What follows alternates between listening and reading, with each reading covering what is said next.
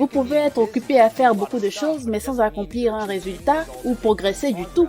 Et le but vous procure une certaine satisfaction et le sentiment d'être comblé par rapport à ce que vous faites. Alors, s'il vous arrive de manquer de motivation, revenez à votre but. Demandez-vous pourquoi je le fais, qu'est-ce que ça me donne, pourquoi je dois le faire. Cela vous procurera l'énergie nécessaire dans les efforts pour l'accomplir. CAV English Skills, les compétences essentielles pour réussir professionnellement. Des conseils pratiques en développement personnel, entrepreneuriat et indépendance financière en 40 épisodes audio. CAV English Skills, une production de CAV English Network. Salut chers marathoniens de CAV English Skills. Heureux de vous rencontrer pour le 15e épisode de votre course vers la richesse. Comme vous l'avez bien compris à travers les 2 précédents épisodes, votre richesse dépend de ce que vous faites dans le temps qui vous est imparti. Vous pouvez faire beaucoup de choses, mais très peu de choses vous sont vraiment utiles pour réussir financièrement, et même réussir tout court. C'est cela le principe 80-20. Puisqu'il ne faut que 20% de votre temps pour produire 80% de votre richesse, alors dans ce 15e épisode de CAV English Skills, nous allons répondre à la question suivante. Comment mieux planifier votre temps pour planifier votre richesse? Pour répondre à cette 3e et dernière question de ce chapitre 3, nous sommes avec un nouveau professeur de CAV English Skills. Stephan James est un jeune entrepreneur canadien. Il a lui-même pour mentor un autre professeur de CAV English Skills qui n'est plus à présenter, Tony Robbins. Professeur Stephan James, qu'est-ce que vous avez appris de professeur Tony Robbins en matière de planification du temps? Vous savez peut-être déjà qui est Tony Robbins, célèbre coach à succès qui a impacté des millions de personnes à travers le monde. Et vous vous demandez peut-être comment Tony Robbins fait au juste pour accomplir tant de choses? Comment il planifie sa journée? Je vais vous montrer exactement ce qu'il fait en détail et je vais vous expliquer chaque étape. En effet, il a conçu sa propre méthode de gestion du temps appelée RPM. RPM. RPM signifie méthode de planification rapide. RPM est un sigle en anglais. RPM. Rapid Planning Method. Méthode de planification rapide. Professeur Stephan James, que signifie chaque lettre de ce sigle? Dans ce sigle, le R, c'est le résultat. Connaître le résultat spécifique que vous recherchez pour un jour donné, qui est comme un but. Ne vous concentrez pas sur ce que vous devez faire chaque jour, mais sur quel est le résultat que vous recherchez. Parce que votre liste des tâches est conçue pour contribuer à un résultat spécifique. Si vous connaissez le résultat, alors vous pouvez peut-être produire une meilleure liste de tâches pour vous permettre de l'accomplir. Tout commence par le résultat et ça exige que vous vous posiez la question, la première chose de la journée ou à chaque planification, quel est le résultat que je recherche? Quel résultat? Résultat spécifique et mesurable, la cible que je veux atteindre. Vous pouvez avoir un ou plusieurs résultats, mais le résultat d'abord. Le R de RPM est pour le résultat. Et que signifie le P, professeur? Ensuite, il y a ce qu'il appelle le but.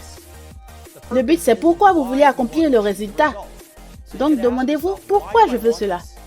Pourquoi ce résultat? Qu'est-ce qu'il va m'apporter? Tony croit que si vous avez vraiment une raison d'accomplir quelque chose, vous pouvez tout accomplir.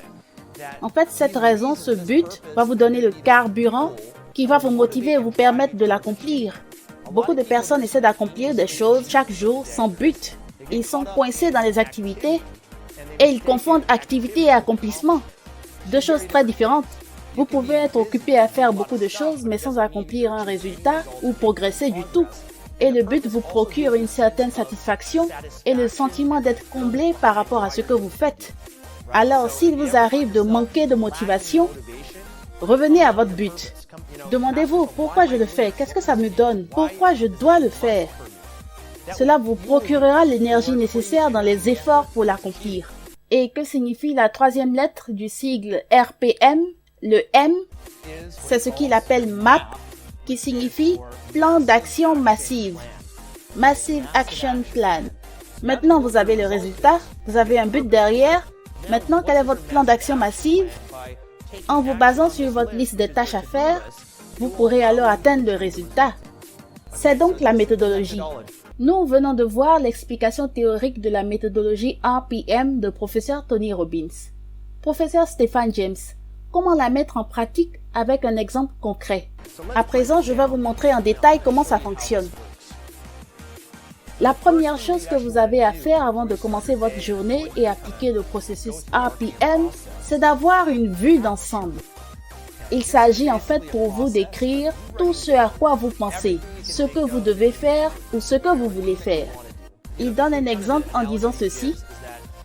Imaginez que vous déménagez dans une nouvelle maison. Vous prenez toutes vos affaires, tout ce que vous avez et vous les étalez par terre. Donc vous devez commencer par ça, faire le point de tout ce que vous avez et tout ce que vous avez à faire. Et une fois que vous avez la liste, vous devez l'organiser. Vous devez organiser tout ce que vous avez et les repartir en résultats en fonction de votre plan RPM. Par exemple, quand vous commencez la journée et faites le point de tout ce que vous avez à faire, vous pensez à, par exemple, je dois écrire mon livre, faire un peu de gym, appeler mon comptable, je dois enregistrer 3 vidéos pour ma chaîne YouTube, faire la correction de mon livre ou trouver quelqu'un pour le faire, trouver la couverture du livre, je dois ouvrir un nouveau compte en banque, je dois passer du temps avec les enfants ou planifier une sortie en amoureux. Donc j'imagine grosso modo que vous pouvez avoir une liste de 15 tâches à faire. Tout d'abord, déjà avoir une liste comme ça vous submerge. J'imagine. Oh mon Dieu, il y a tellement de choses à faire. Vous êtes submergé parce que vous n'avez pas catégorisé les éléments qui sont dans cette liste globale. Donc, vous prenez la liste et vous vous posez la question de savoir quel est le résultat que vous recherchez pour la journée, pour la semaine, etc. CAV English Skills. Un marathon vers la richesse. Chers auditeurs et auditrices de CAV English Skills, dans ce 15e épisode, nous répondons à la question: comment mieux planifier votre temps pour planifier votre richesse? Avec professeur Dan Lok, nous avons déjà vu dans le 13e épisode que la réussite financière est l'aboutissement d'un processus. Que ce processus soit long ou moins long, tout dépend de la manière dont vous avez planifié votre temps. Et c'est ce sujet sur la planification du temps que nous développons dans cet épisode avec professeur Stephan James. Alors, professeur Stephan James, nous avons notre liste des tâches à faire. Comment identifier ou formuler le ou les résultats qu'on veut atteindre? Quels sont les résultats? Citez quelques-uns. Je vais prendre un résultat lié au livre que je veux publier. Alors, mon résultat sera le suivant. Publier facilement mon nouveau livre sur le rituel matinal pour impacter des milliers de vies et prendre du plaisir tout au long du processus. Vous pouvez penser que ce résultat est trop long. Pourquoi je l'ai écrit de cette manière? C'est parce que je veux que le résultat soit assez puissant. Je veux utiliser un langage stimulant, de sorte que quand je le regarde, quand je le lis, quand je m'y concentre, je suis satisfait. Je veux publier facilement mon nouveau livre sur le rituel matinal pour impacter des milliers de vies et prendre du plaisir tout au long du processus. C'est le résultat que je veux et c'est beaucoup plus puissant et plus motivant que simplement dire « publier un livre ». Et le fait d'avoir un but derrière, ça le rend encore plus captivant. Beaucoup de personnes ont des buts sans saveur. Ils ont des buts, des résultats qui ne sont pas captivants, stimulants, qui dégagent de l'émotion. La clé ici, c'est d'être stimulé par le simple fait de le lire, que ça vous inspire. Et je peux le clarifier davantage et être plus spécifique encore. Je veux publier facilement mon nouveau livre sur le rituel matinal pour impacter des milliers de vies et prendre du plaisir tout au long du processus. Et gagner au moins $1000 de revenus. Et là, c'est beaucoup plus mesurable et je peux évaluer. Donc voilà un exemple de résultat. Maintenant qu'on a clarifié le résultat, comment clarifier le but de ce résultat, professeur? Quel est le but? Quelle est la raison qui me pousse? Ce que j'aime faire, c'est penser à 3 raisons pour lesquelles je dois absolument accomplir ce résultat. Alors, je cite 3 raisons différentes. Pourquoi je veux ceci? Pourquoi je veux publier ce livre? Pourquoi je veux impacter des milliers de vies? Pourquoi je veux en gagner au moins $1000 de revenus? Une raison peut être de créer un nouveau revenu passif. Inspirer d'autres personnes à avoir un rituel matinal. Voilà une autre raison. Les rituels matinaux ont changé ma vie, alors je veux partager aux autres les bienfaits des rituels matinaux afin qu'ils en profitent aussi. Après avoir clarifié son but ou sa motivation, comment établir un exemple de plan d'action massive, professeur? Quelles sont toutes les choses que je peux accomplir? Quel est le plan d'action massive? Vous pouvez établir un plan hebdomadaire ou mensuel. Quand vous faites un plan journalier, ça devient beaucoup plus efficace et beaucoup plus facile à accomplir. Donc, vous aurez une liste. Mais il est important de savoir que sur cette liste, toutes les actions ne se valent pas. Certaines actions vont permettre de produire le résultat plus facilement et plus rapidement que d'autres. Donc, vous devez toujours faire l'analyse 80-20. Sachez que 20% de vos actions produisent 80% de vos résultats. Et vous devez prioriser le levier le plus important dans cette liste. Le levier le plus important ici, c'est écrire le livre. Attaquez-vous au levier le plus important en début de journée. Et une autre chose, c'est d'observer sa liste et de voir ce qu'on peut déléguer. Et de cette manière, on travaille plus intelligemment, on peut accomplir beaucoup en peu de temps. Et c'est essentiellement ce que Tony Robbins fait maintenant. C'est un maître de la délégation. Donc, c'est ce que nous devons faire, penser à comment utiliser le plus de leviers possible. Parce que c'est la seule manière pour nous de pouvoir accomplir beaucoup en une seule journée. Vous avez la même durée de temps que les autres et vous êtes limité à vouloir faire tout seul. C'est pourquoi, dans la mesure du possible, vous devez utiliser le levier que sont les autres. En fin de compte, professeur Stephan James, comment on fait l'évaluation après avoir mis le plan à exécution? À la fin de la journée ou à la fin de la semaine, célébrez ce que vous avez accompli. Vous devez pouvoir vous dire à vous-même, tu sais quoi, je bossais dur. Je n'ai peut-être pas tout accompli, c'est pas bien grave, mais focalisons-nous au moins sur ce qui a été accompli. Focalisons-nous sur la croissance, le progrès qui a été fait. Et tout ce qui est récompensé se répète. Le succès appelle plus de succès. Donc, quand vous prenez le temps de célébrer le moment magique de la journée ou de la semaine, vous êtes de plus en plus inspiré et c'est comme un processus en boucle. Vous sentez un élan et vous voulez faire pareil le jour ou la semaine suivante. Et quand vous répétez le processus dans cet élan, cela dure longtemps.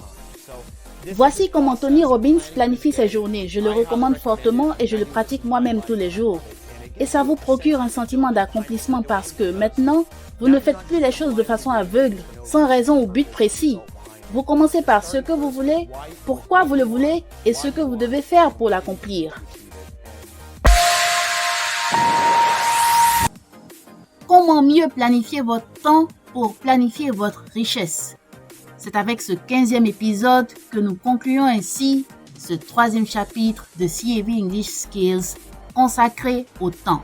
Nous avons largement pris le temps pour étudier et comprendre la valeur du temps et la manière de planifier son temps pour réussir financièrement et réussir tout court. À présent, nous allons nous focaliser sur ce que vous devez accomplir dans le temps. C'est pourquoi, à partir du prochain épisode, nous vous embarquons dans un autre chapitre, le 4e chapitre de CAV English Skills.